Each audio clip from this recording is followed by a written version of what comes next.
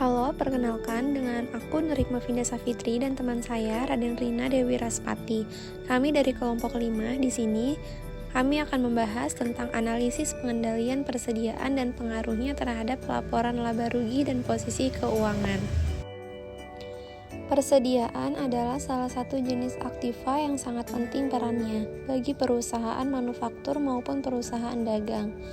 Bagian yang paling penting pada perusahaan dagang dalam menjalankan operasi perdagangan sehari-hari adalah bagaimana perusahaan mengelola persediaannya, baik perencanaannya maupun pengendaliannya, karena persediaan merupakan investasi yang sangat penting dan meminta perhatian yang besar dari manajemen. Kesalahan dalam pencatatan barang masuk atau barang keluar pada perusahaan dagang akan berpengaruh pada laporan keuangan perusahaan tersebut sehingga dapat menyebabkan kerugian pada perusahaan tersebut. Karena persediaan merupakan aset terbesar dari setiap perusahaan dagang, persediaan juga merupakan bagian di mana kesalahan sering terjadi dan perusahaan dagang entah dilakukan dengan sengaja maupun tidak sengaja. Selama perusahaan masih berjalan, maka pencatatan dan pengelolaan persediaan akan berlangsung secara terus-menerus. Pentingnya pengendalian persediaan. Secara umum, persediaan adalah barang-barang yang akan digunakan untuk keperluan di masa yang akan datang. Persediaan yang meliputi barang dagang milik perusahaan yang dapat dijual kembali atau digunakan dalam proses produksi. Definisi persediaan menurut para ahli. Menurut John A. Beagle, pada tahun 1990, persediaan dapat berbentuk bahan baku untuk memproses barang setengah jadi dan barang jadi yang siap untuk dijual, sehingga persediaan sesungguhnya mempunyai fungsi yang sangat penting bagi perusahaan industri. Menurut M. Munandar pada tahun 1991, bahwa yang dimaksud dengan inventory adalah persediaan barang-barang yang menjadi objek usaha pokok perusahaan. Bagi perusahaan perdagangan, barang-barang tersebut berupa persediaan barang dagangan, sedangkan bagi perusahaan berproduksi atau industri berupa persediaan barang mentah, persediaan bahan membantu, persediaan barang yang sedang diproses, dan persediaan barang jadi. Berikut adalah beberapa manfaat dari persediaan. Yang pertama, yaitu optimasi biaya. Manajemen persediaan yang efektif dapat membantu dalam mengoptimalkan biaya perusahaan. Yang kedua, optimasi stok. Manajemen persediaan yang baik memungkinkan perusahaan untuk mengoptimalkan tingkat persediaan. Ini berarti memiliki cukup stok untuk memenuhi permintaan pelanggan tanpa kelebihan stok yang berlebihan. Dengan cara ini, perusahaan dapat menghindari biaya penyimpanan yang tinggi dan meminimalkan risiko kerusakan atau kadaluarsa barang. Yang ketiga, pelayanan pelanggan yang lebih baik. Dengan persediaan yang terkelola dengan baik, perusahaan dapat memberikan pelayanan yang lebih baik kepada pelanggan. Yang keempat, efisiensi produksi. Dengan baik juga dapat meningkatkan efisiensi dalam proses produksi. Dan yang terakhir, pengambilan keputusan yang lebih baik. Manajemen persediaan yang efektif dapat membantu dalam pengambilan keputusan yang lebih baik terkait dengan persediaan. B. Asumsi arus biaya persediaan dan pengaruhnya terhadap laporan laba rugi dan posisi keuangan. Masalah akuntansi utama muncul saat barang yang identik diperoleh dengan biaya yang berbeda pada periode tertentu. Dalam kasus seperti ini, saat suatu barang dijual, perlu dilakukan penentuan biaya per unit dengan menggunakan asumsi arus biaya, sehingga ayat jurnal akuntansi yang tepat dapat dicatat. Sebagai ilustrasi, asumsikan 3 unit identik barang X dibeli selama bulan Mei. Pada tanggal 10 Mei dilakukan pembelian 1 unit dengan harga 9.000 dan tanggal 18 pembelian dengan harga 13.000, tanggal 24 Mei pembelian dengan harga 14.000. Total biayanya 36.000 dari total pembelian ketiga tersebut. Dengan harga rata-rata per unitnya didapat Rp12.000. Berikut adalah ilustrasi tentang asumsi arus kas dan metode biaya persediaan, yaitu ada FIFO, masuk pertama, keluar pertama, lalu ada LIFO, masuk terakhir, keluar pertama, dan ada biaya rata-rata tertimbang. Diasumsikan pada tanggal 30 Mei 1 unit dijual senilai 20.000. Laba brutonya bervariasi mulai dari 11.000 sampai 6.000, bergantung pada barang mana yang dijual.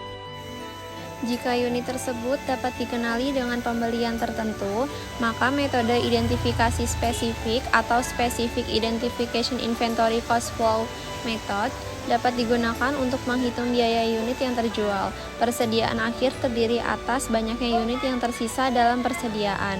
Jadi, laba bruto, beban pokok penjualan, dan persediaan akhir bervariasi. Sebagai contoh, jika unit terjual dibeli pada tanggal 18 Mei, biaya yang dibebankan pada unit tersebut adalah Rp13.000 dan laba brutonya menjadi Rp7.000. Rp20.000 dikurang Rp13.000 dan persediaan akhir Rp23.000. Berdasarkan metode masuk pertama, keluar pertama atau first in, first out atau FIFO, unit pertama yang dibeli diasumsikan telah terjual dan persediaan akhir berasal dari pembelian terakhir. Dalam contoh sebelumnya, unit 10 Mei diasumsikan sudah terjual. Jadi, laba brutonya dari penjualan ini adalah Rp11.000 dan persediaan akhir sebesar Rp27.000. Dari Rp13.000 ditambah Rp14.000. First in, first out atau FIFO method. Sementara saat metode biaya rata-rata tertimbang atau sering disebut metode biaya rata-rata digunakan, biaya unit terjual dan persediaan akhir merupakan rata-rata tertimbang biaya pembelian. Biaya pembelian diperoleh dari jumlah rata-rata barang yang dibeli dikali dengan masing-masing harganya, sehingga disebut dengan rata-rata tertimbang. Dalam contoh sebelumnya, biaya unit terjual adalah Rp12.000 dari Rp36.000 dibagi 3 unit. Laba bruto sebesar Rp8.000 dari Rp20.000 dikurang Rp12.000 dan persediaan akhir sebesar Rp24.000 dari Rp12.000 dikali 2 unit. Dalam contoh ini, biaya pembelian tertimbang secara rata karena masing-masing memiliki jumlah unit yang sama, yaitu 1. Metode biaya persediaan. Asumsi arusan biaya persediaan mempengaruhi nilai-nilai persediaan yang dicatat dalam neraca. Nilai persediaan yang lebih tinggi dapat meningkatkan aset dan ekuitas, sementara nilai persediaan yang lebih rendah dapat menyebabkan penurunan aset dan ekuitas.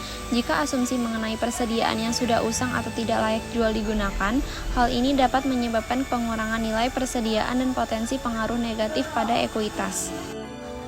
C. Perhitungan harga pokok dengan sistem perpetual menggunakan metode FIFO dan weighted average.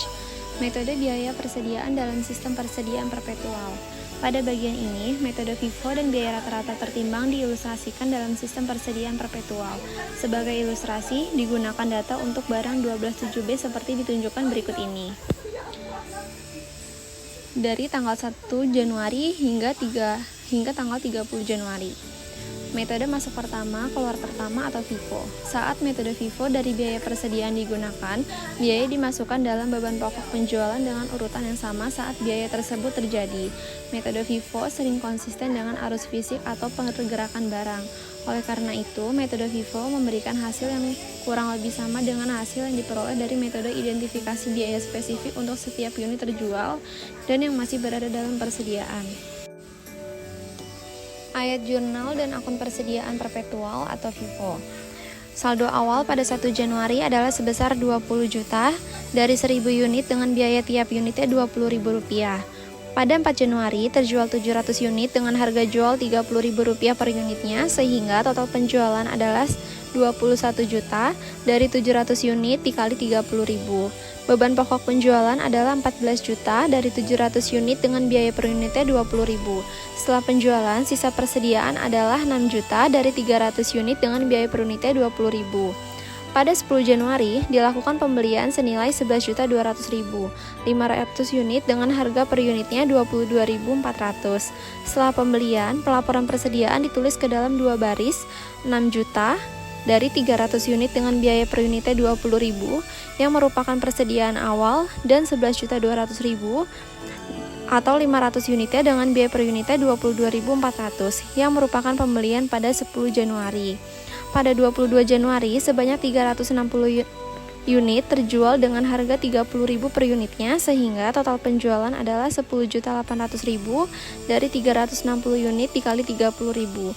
Dengan menggunakan FIFO, beban pokok penjualan adalah sebesar 7.344.000 yang terdiri atas 6 juta dari 300 unit dengan biaya per unitnya Rp20.000 yang merupakan saldo awal, ditambah Rp1.344.000 dari 60 unit dengan biaya per unitnya Rp22.400 yang merupakan pembelian pada 10 Januari. Setelah penjualan, persediaan tersisa sebesar 9.856.000 dari 440 unit dengan biaya per unitnya Rp22.400 yang merupakan pembelian pada 10 Januari. Penjualan pada 28 Januari dan 30 Januari dicatat dengan cara yang sama. Saldo akhir pada 31 Januari adalah sebesar 18.460.000. Saldo ini terdiri atas dua lapis persediaan. Berikut adalah buku besar pembantu persediaan untuk barang 12.7B.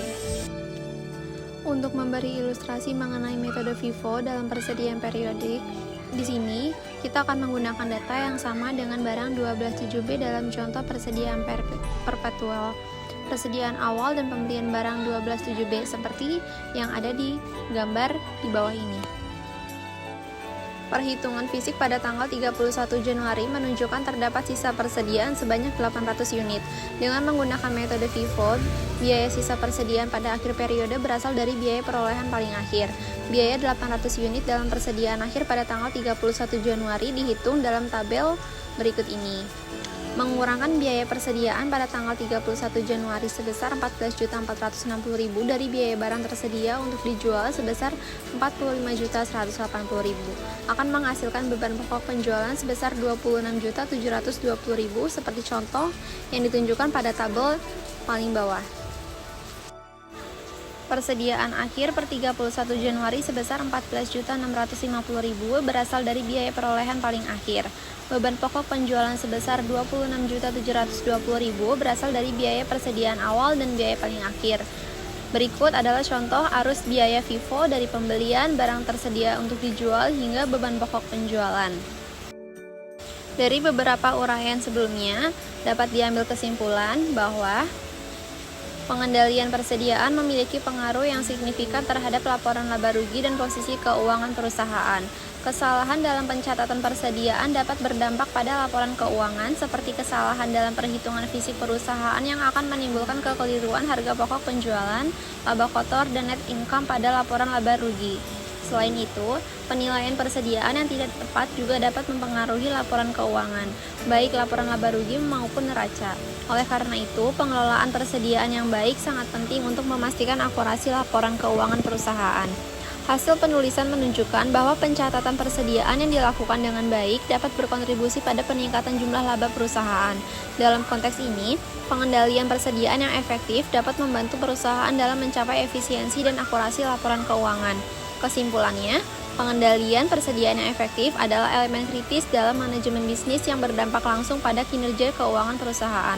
Dengan memastikan proses pengelolaan persediaan yang optimal, perusahaan dapat mencapai tujuan keuangan mereka, meningkatkan keberlanjutan operasional, dan membangun kepercayaan pemangku kepentingan. Sekian presentasi dari kelompok kami, semoga dapat dipahami dan bermanfaat untuk semuanya. Mohon maaf bila ada kekeliruan dalam pengucapan dan penulisan kata. Saya akhiri dari kelompok kami, terima kasih.